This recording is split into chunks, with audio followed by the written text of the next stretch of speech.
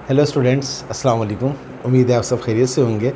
Last lecture में हमने second year mathematics की एक्सरसाइज 8.4 का क्वेश्चन नंबर 8 कंप्लीट कर लिया था। आज हम करने के लिए जा रहे हैं क्वेश्चन नंबर 9। देखते हैं क्वेश्चन नंबर 9 में हमसे क्या पूछा जा रहा है।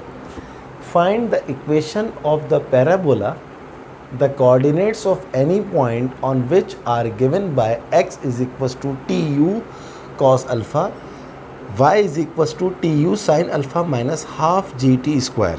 स्टूडेंट, क्वेश्चन ये है, आपको पैराबोला की इक्वेशन निकालनी है with the help of these two coordinates, x और y कोऑर्डिनेट्स आपको दिए हैं। तो जिन स्टूडेंट्स ने एक्सरसाइज 8.1 अटेंड करी है उनको बहुत अच्छे से पता है कि इक्वेशन ऑफ पैराबोला किस तरह लिखी जाती है। देखें, अगर वर्टेसिस 0 0 हों तो इक्वेशन ऑफ पैराबोला किस तरह लिखी जाती है, y square is equals to 4x या y square is equals to minus 4x या x square is equals to 4ay या x square is equal to minus 4ay। लेकिन अगर वर्टेसिस h और k हों तो इक्वेशन क्या बन जाती है, y माइनस k का whole square is equals to 4a time x minus h and so on. तो अब आपको इन दोनों कोऑर्डिनेट्स की मदद से इक्वेशन ऑफ पैराबोला निकालनी है। बहुत आसान सवाल है। आप इक्वेशन नंबर 1 नाम रख दें, इसका नाम रख दें इक्वेशन नंबर 2। अब देखिए मैंने क्या लिखा है, taking equation number 1। Equation number 1 हमारे पास क्या है, x is equal to t u cos alpha. यहाँ से मैं अगर t को अलग कर लूँ तो मेरा काम बहुत आसान हो जाएगा। आप अगर ये सोचें कि हम u को भी अलग कर सकते हैं तो हम असल में हमने यहाँ से इसको लेके पुट करना है इक्वेशन नंबर 2 के अंदर। तो इक्वेशन नंबर 2 में आपको t और t स्क्वायर नज़र आ रहा है, तो t से ही काम बनेगा, u से काम फिर अजीब ही हो जाएगा। तो इसलिए हमने क्या किया, यहाँ से t को सब्जेक्ट बनाया। सब्जेक्ट का मतलब होता है t को सेपरेट कर लिया। तो ये u कॉस अल्फ़ा t से मल्टीप्लाई हो रहा है, ये उस साइड पर जाके x से डिवाइड हो जाएगा, तो ये आ जाएगा x upon u cos alpha. अब आप इसका नाम रख दीजिए इक्वेशन नंबर 3। इसके बाद देखिए मैंने क्या लिखा है, put the value of t from equation 3 इन 2। क्योंकि मैंने 1 की मदद से हासिल की थी तो इक्वेशन नंबर 3 बन गई। अब हम इसको उठा के पुट कर रहे हैं किस में, 2 में। ये इक्वेशन नंबर 2 है। तो देखिए इक्वेशन नंबर 2 मैंने दोबारा लिख दी है, y is equal to t u sine alpha minus half g t square. अब आपको इसमें जहाँ जहाँ t नज़र आ रहा है वहाँ पर आपने क्या रखना है, x upon u cos alpha. तो y is equal to t आपके पास क्या है, x upon u cos alpha. Dot यहाँ पर मैंने डाल दिया, डॉट मीन्स मल्टीप्लाई, ये वाला u साइन अल्फ़ा ऐसे ही लिखा हुआ है, माइनस हाफ जी टी क्या है आपके पास, x upon u cos alpha. Square है तो ऊपर आपने स्क्वायर डाल दिया। इसके बाद देखें, अगर आप गौर से देखें तो ये वाला u और ये वाला u आपस में कट रहा है, तो ये मैं आपको काट के दिखा रहा हूँ। तो क्या बचेगा हमारे पास यहाँ पर, x into sine alpha, x sine alpha upon क्या बचा यहाँ पर, क्योंकि u से u तो कट चुका है, तो यहाँ पर बचा cos alpha minus half g x upon u cos alpha का होल स्क्वायर। तो आप इंडिसीज का रूल अप्लाई करें, ऊपर भी स्क्वायर है नीचे भी स्क्वायर लग जाएगा। तो x का स्क्वायर होता है एक्स स्क्वायर, u का स्क्वायर होता है यू स्क्वायर, कॉस अल्फ़ा का स्क्वायर होता है कॉस स्क्वायर अल्फ़ा। इसके बाद देखिए मैंने क्या किया है, ये minus half g x square u square cos square alpha को उठा के इस साइड पे ले गया। तो ये वाली माइनस की साइन उस साइड पे जाके क्या हो जाएगी, प्लस हो जाएगी, 1/2 g x square upon u square cos square alpha. और ये x sine alpha cos alpha जब उठ के वहाँ जाएगा तो इसके साथ प्लस का साइन था, तो यहाँ पर आ गया minus x sine alpha upon cos alpha. y उस साइड पे पड़ा हुआ है तो y प्लस y ही रहेगा। अब जब ये और ये दोनों चीज़ें उठ के वहाँ चली गई तो इस साइड पे क्या बचा, कुछ नहीं बचा, इट मीन 0 बचा। आगे चलते हैं। अब हम क्या कर रहे हैं, इस पूरे का x ये जो है, अगर मैं इस g को यहाँ लिख दूँ, इसके साथ देखिए ये ज़्यादा आपको आसानी पैदा करने के लिए कर रहा हूँ, g को मैं यहाँ लिख दूँ और इसके साथ साथ मैं इस 2 को यहाँ लिख दूँ। तो ये देखिए ये लिखा हुआ है g x square upon 2u square cos square alpha.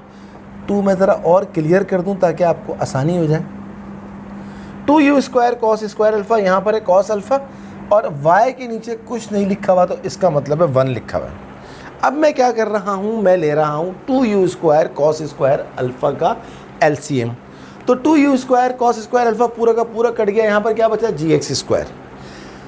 Cos alpha से ये स्क्वायर कट गया, तो 2u² जाके ऊपर से मल्टीप्लाई हो जाएगा, तो ये हो जाएगा 2u² sine alpha cos alpha से स्क्वायर कर दिया कॉस अल्फा, और x ही लिखा हुआ है, y के नीचे कुछ नहीं लिखा हुआ था, तो ये पूरा का पूरा 2u² कॉस स्क्वायर अल्फा जाके y से मल्टीप्लाई हो गया।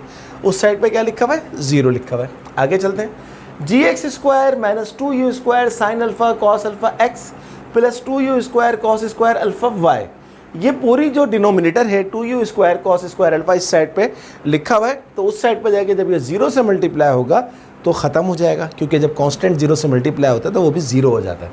आगे चलते हैं। अब देखिए मैंने क्या किया, इस स्टेप के बाद मैंने ये किया है कि मैंने इसको भी g से डिवाइड कर दिया, मैंने इसको भी g से डिवाइड कर दिया, और मैंने इसको भी g से डिवाइड कर दिया।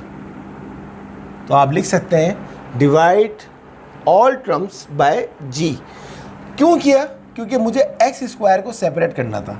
g से g कट गया, मेरे पास क्या बचा, x² minus 2u² sine alpha cos alpha x, यहाँ पर g आ गया, is equal to minus 2u² cos square alpha y upon g। आगे चलते हैं। अब a माइनस बी का होल स्क्वायर फॉर्मूला याद करें, आपने लोअर क्लासेस में पढ़ा है 6 में 8 में 10 में। तो ये फॉर्मूला क्या कहता है, a² minus 2ab plus b² किसके बराबर होता है, a माइनस बी के होल स्क्वायर के बराबर।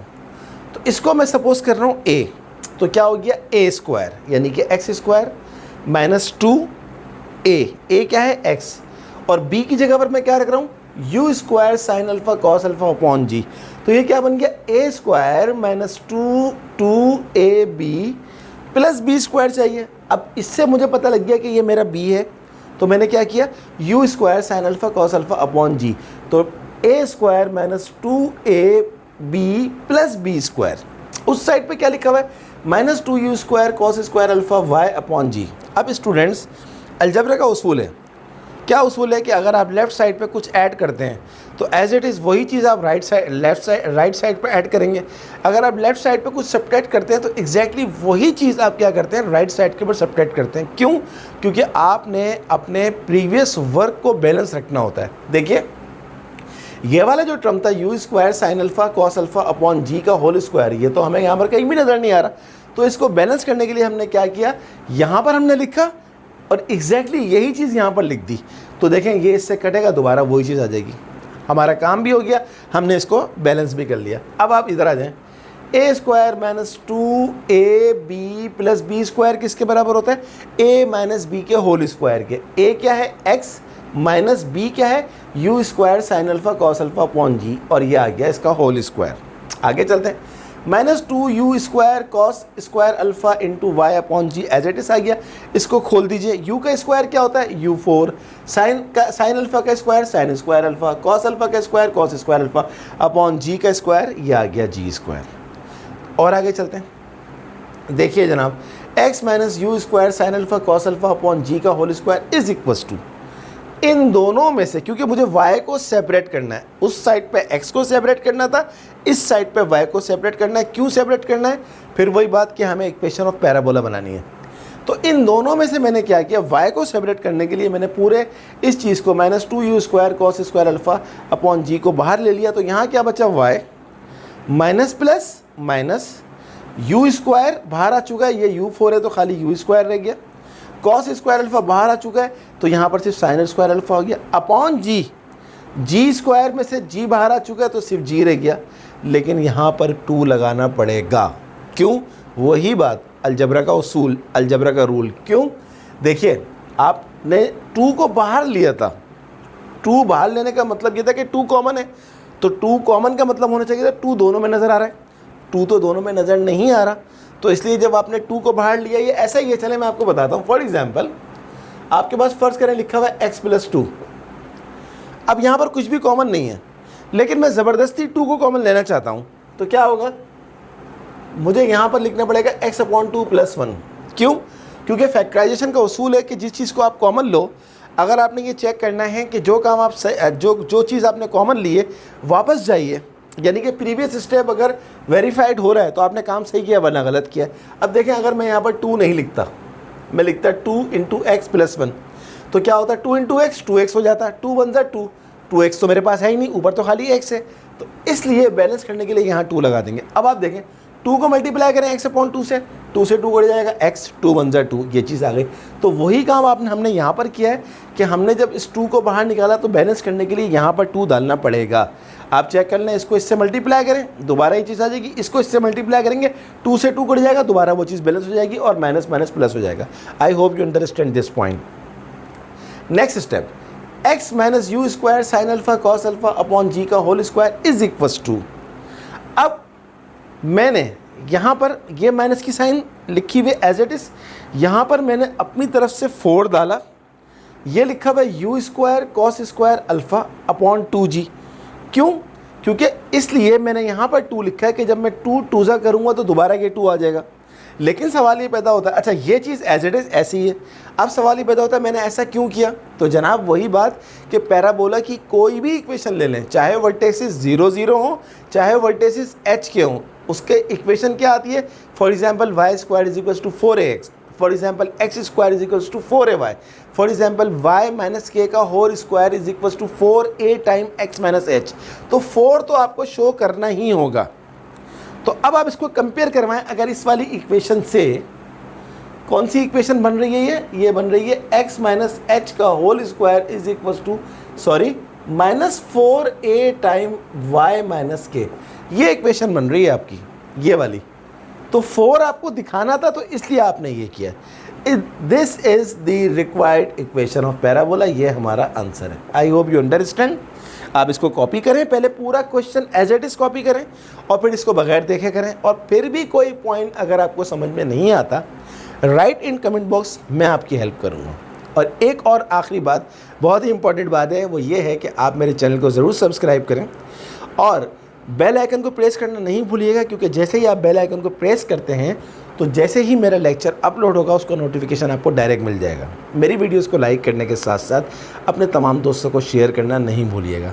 तो अगले लेक्चर तक के लिए स्टूडेंट्स, अल्लाह हाफिज़।